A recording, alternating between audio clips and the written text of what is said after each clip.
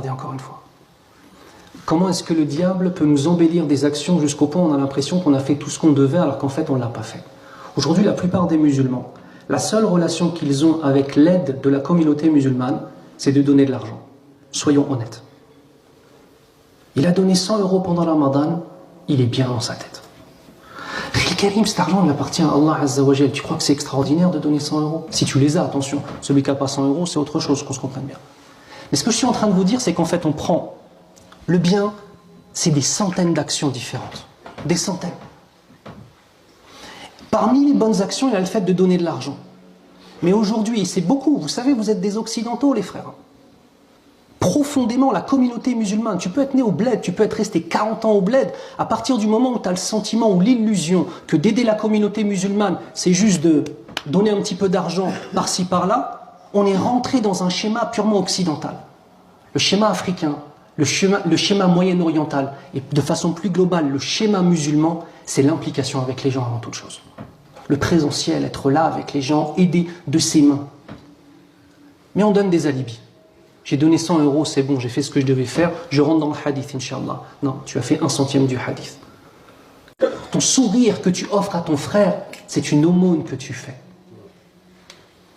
Vous voulez un conseil? Le minimum de la da'wah, soyez souriant. Vous avez été choisi par Allah Azza wa Jal parmi 7 milliards de personnes pour être des musulmans. Allahu Akbar. Akhtarak Allah subhanahu wa ta'ala ka muslim.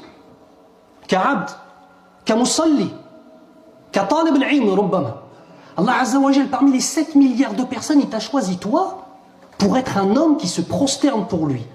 Mais tu ne devrais pas avoir le sourire sans arrêt. Ah, des problèmes de vie, je ne dis pas le contraire. Problèmes de famille, de travail, d'argent, je ne dis pas le contraire. لِيَبْلُوَكُمْ أَيُّكُمْ أَحْسَنُ عَمَلًا, afin de vous éprouver et de faire ressortir de vous les meilleures des actions. Voilà la réalité. J'aimerais venir à la sortie des mosquées et voir des frères souriants, qui se laissent passer les uns les autres au lieu de comme des sauvages en train de se pousser les uns les autres pour sortir le plus vite, pour aller boire un coca ou je ne sais pas c'est quoi l'occupation de la journée. Voir des gens souriants qui se laissent. Tiens tes chaussures, Al-Hajj, tu prends le Hajj, tu donnes ses chaussures, tiens le Hajj, barakallahu fi, tu lui embrasses sa tête. Tu sors et t'es souriant. Aqal shay. Première des choses que tu vois chez quelqu'un, c'est son visage. C'est pas sa parole, c'est pas sa sagesse, c'est son visage. Soyons souriants et vous verrez, alhamdoulilah, Allah a mis dans le sourire un médicament. Ce médicament, il fait qu'on se sent mieux et que les gens nous aiment beaucoup plus, Inch'Allah. Il y a des gens, Akhil Karim, que tu as rencontrés dans ta vie, tu les connais pas. Tu les as vus. Des fois, juste tu les as croisés. Tu es parti au dars d'un cheikh, tu l'as vu. Ahbabtahu fillah. Il t'a pas parlé, tu connais pas le son de sa voix, tu connais pas son prénom, peut-être que tu le verras plus jamais dans ta vie. À peine tu l'as vu, il est rentré dans ton cœur. Ça fait partie des signes. Alors, je vous dis pas que c'est une science certaine, bien sûr. Il n'y a qu'Allah qui sait. Mais ça fait partie des signes que cette personne-là a reçu al-qaboul fil ard. Et à l'inverse, il y a des gens, tu les vois, tu ne connais rien d'eux. Et tu es mal à l'aise avec eux. Et ça, c'est la suite du hadith. Dans la suite du hadith, Nabi sallallahu alayhi wa sallam nous informe que si Allah Azza wa Jal déteste quelqu'un, et s'il vous plaît mes frères, que chacun d'entre nous ressente de la peur en entendant ce hadith. Parce que si je ne ressens pas de la peur en entendant ce hadith, et si tu n'en ressens pas, c'est que tu es déjà tombé dans une des branches de l'hypocrisie, qu'Allah nous préserve. Ou que je suis déjà tombé dans une des branches de l'hypocrisie, où je crois que ça y est, j'ai fait le hajj, je prie depuis 20 ans, depuis 10 ans, depuis 40 ans, donc c'est bon. Non, c'est pas comme ça, c'est pas comme ça. Lorsqu'Allah Azza wa Jal déteste quelqu'un, son nom est donc inscrit comme les gens détestés auprès d'Allah. Il appelle Jibril, alayhi salam. Il lui dit, je déteste un tel. Déteste-le. Alors Jibril, alayhi salam, immédiatement, et ça rentre dans Bab al-Wala wal-Bara, comme Allah Azza wa Jal le déteste, il le déteste. Et il ne se contente pas de cela, il appelle tous les habitants des cieux, et il leur dit, Allah déteste un tel. Détestez-le. Tous les anges le détestent. Le résultat, c'est que la haine et l'hostilité deviennent une des caractéristiques qui lui sont donnés de la part des gens envers lui. Et il trouve toujours des gens qui lui font des problèmes. Toujours des gens qui le détestent. Qu'Allah nous préserve, ya Rabbal Alamin. La seconde partie, la deuxième phrase du hadith, qui est « Et l'action la plus aimée d'Allah Azza wa Jal, c'est de faire rentrer le bonheur dans le cœur du musulman. » Qu'on se comprenne bien, le premier bonheur est un bonheur dogmatique. Je ne suis même pas en train de te parler aujourd'hui, maintenant, de le nourrir, de lui faire un sourire. Ça vient après ça. Je te parle de faire partie de ceux qui font la meilleure des actions qu'on puisse avoir sur cette terre, qui est d'ordonner le bien et d'interdire le blâmable.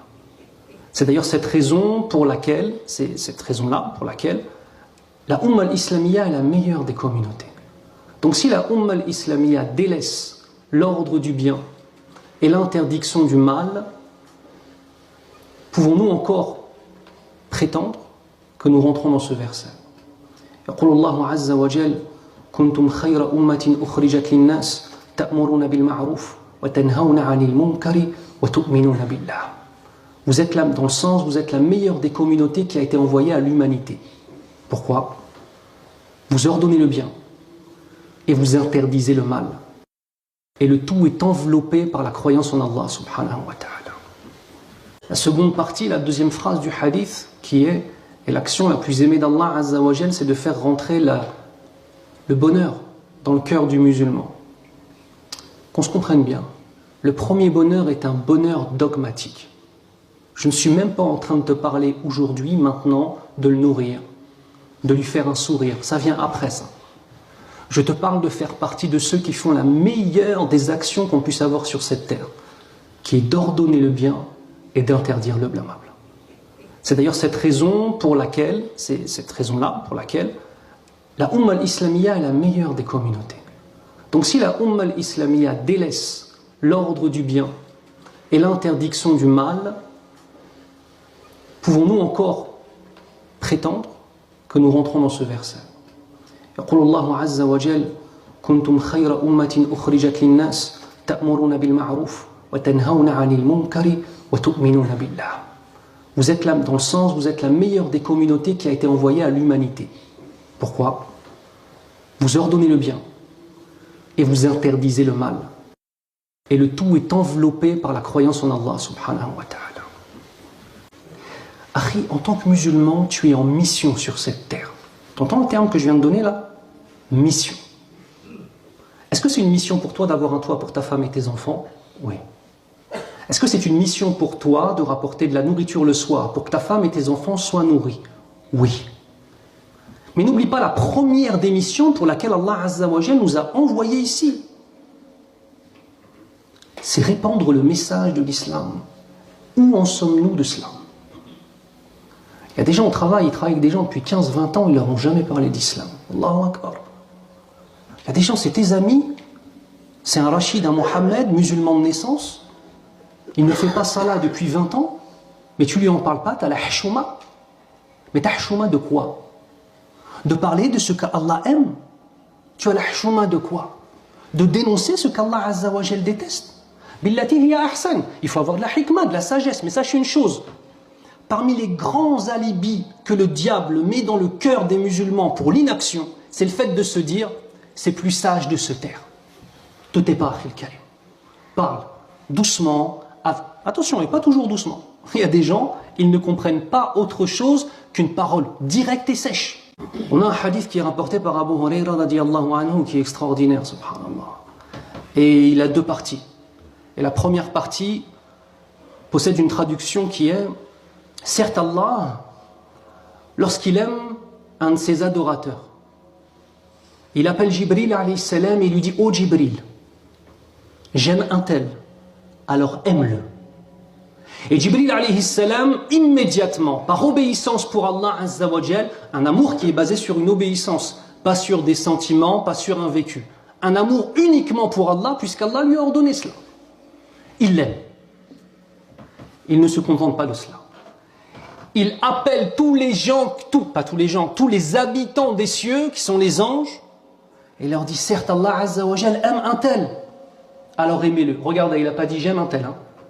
Il revient toujours à Allah subhanahu wa ta'ala. Allah aime un tel, alors aimez-le. Et tous les habitants des cieux l'aiment. Penses-tu que si tu fais partie des gens qui sont aimés d'Allah, de Jibril, alayhi salam, et de tous les habitants des cieux, penses-tu que les gens sur cette terre vont être indifférents envers toi? La réponse est négative.